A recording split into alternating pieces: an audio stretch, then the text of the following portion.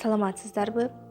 Жалал Абад колледжинин экономикалык юридикалык бөлүмүнүн философия сабагынын окутуучусу Абдрашева Умида Абдалимовнага КМТШ консей тайпасынын студенти Шамшиддин кызы Альбинанын кайтарым байланыш үчүн даярдалган презентациясы.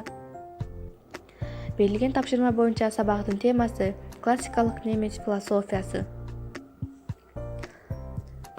Суроолору: 1. Неместик классикалык философиянын негизги багыттары жана өзгөчөлүктөрү. 2.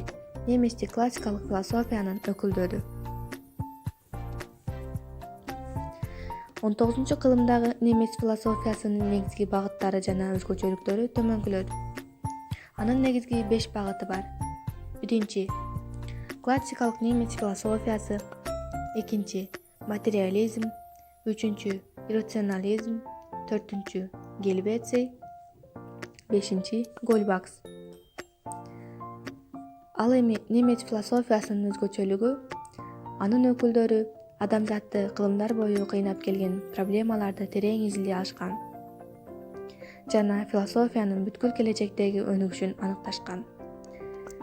Немец философиясы өзүнө дээрлик ошол мезгилдеги бардык белгилүү философиялык багыттарды бириктире алган. Немец философторунун ою боюнча биз философияны окуп эле койбостон, аны түшүнүп, турмушта пайдалана билишибиз да керек.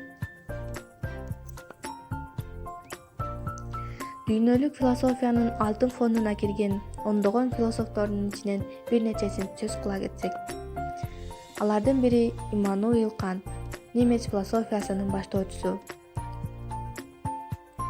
Ал адамдын таанып билүү жөндөмү чектүү экендигин айткан.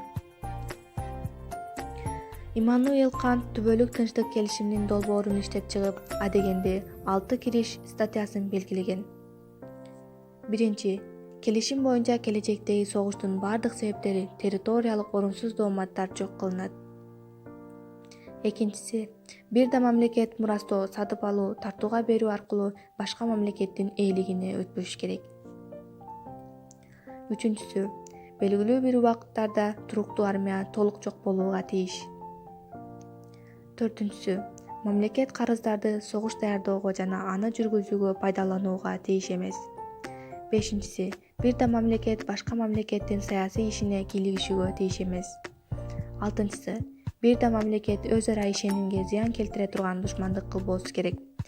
Экинчи философ Георг Гегель. Анын философияга сиңирген өзгөчө эмгеги диалектиканы окуу катары иштеп чыккандыгында.